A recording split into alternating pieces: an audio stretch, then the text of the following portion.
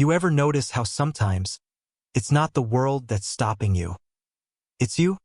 Not the lack of opportunities, not the lack of talent, not even bad timing, but that little voice inside your own head whispering, "Don't do it.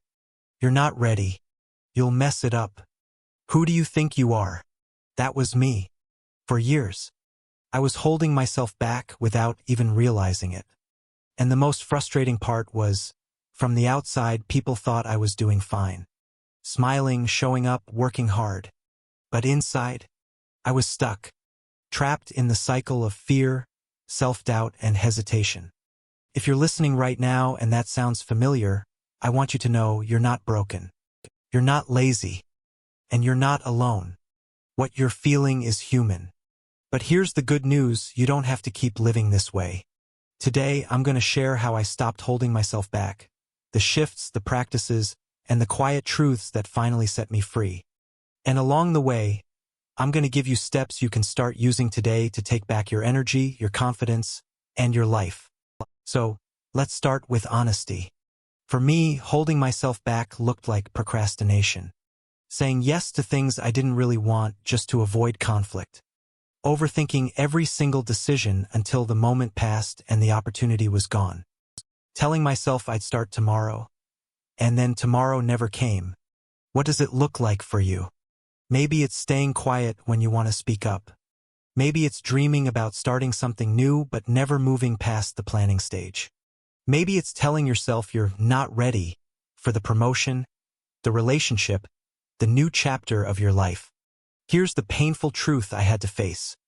All the time I was waiting for the right moment, life was moving forward without me. And if I kept waiting, I was going to spend my whole life watching instead of living. That was my wake-up call. But here's the thing: I didn't change overnight. I didn't suddenly wake up fearless and confident. I had to start small. And that's where I want to take you, through the small but powerful steps I used to stop holding myself back. The first step was learning to catch the voice in real time. You know the one. The inner critic that says, "Don't bother, you're not good enough." Or, "If you try, people will laugh." Or, "If you fail, you'll never recover." I started treating that voice like background noise on the radio. Instead of believing it, I named it. I'd literally say to myself, "Oh, that's my fear talking.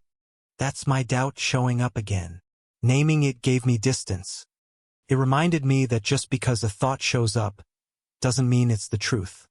And here's something you can try. The next time you notice that voice telling you not to take a step, pause and say, "That's just a story.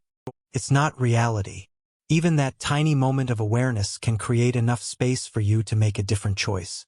The second step was shifting from all-or-nothing thinking to tiny wins. I used to believe I had to be ready before I started. Like the stars had to align.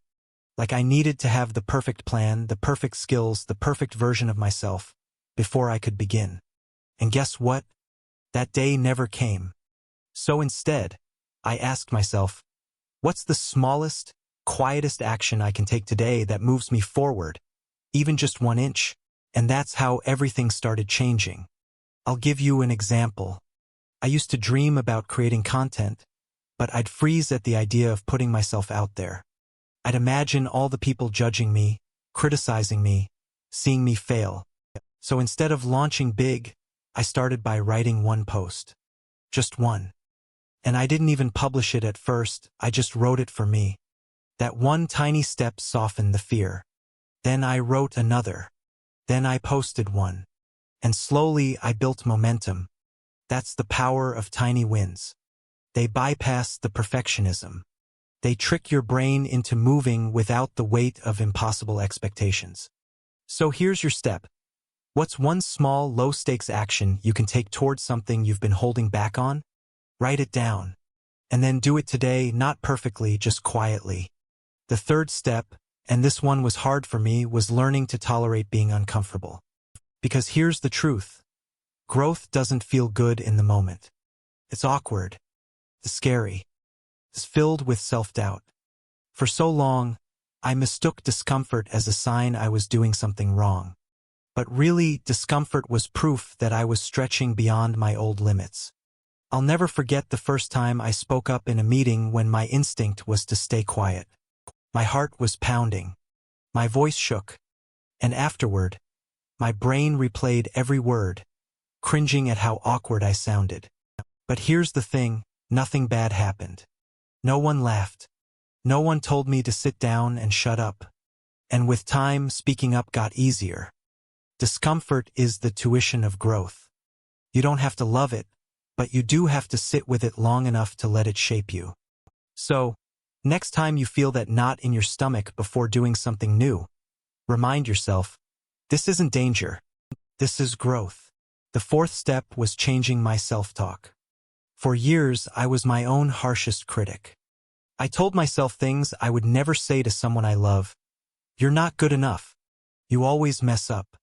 You'll never succeed. And those words held me prisoner. So I started practicing a different voice.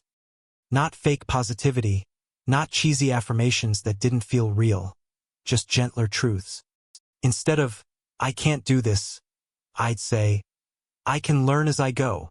Instead of, I always fail, I'd say, I've gotten through hard things before, and you know what? My brain started listening. Your self-talk is the soundtrack of your life. Change the music and the story you live in starts to change too. So here's your challenge. The next time you catch yourself tearing yourself down, pause and ask, would I say this to someone I love? If not, rephrase it. Give yourself the same compassion you'd give your best friend. The fifth step was allowing myself to celebrate progress instead of waiting for perfection. For so long, I thought I couldn't feel proud until I reached the big finish line. The degree, the dream job, the big win.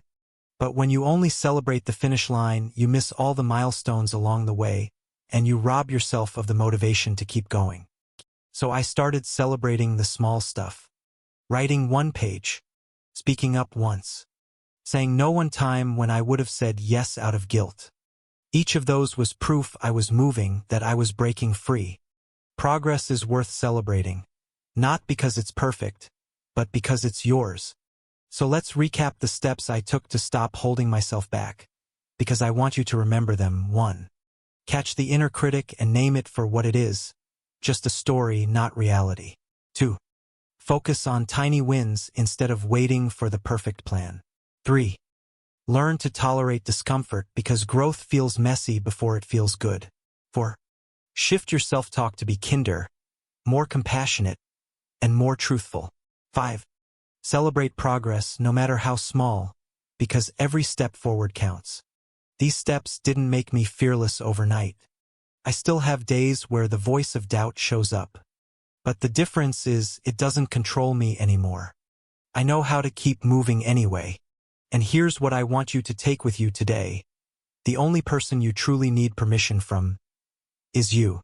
You don't need to wait until you're ready. You don't need to wait until you're perfect. You don't need to wait until you stop being scared.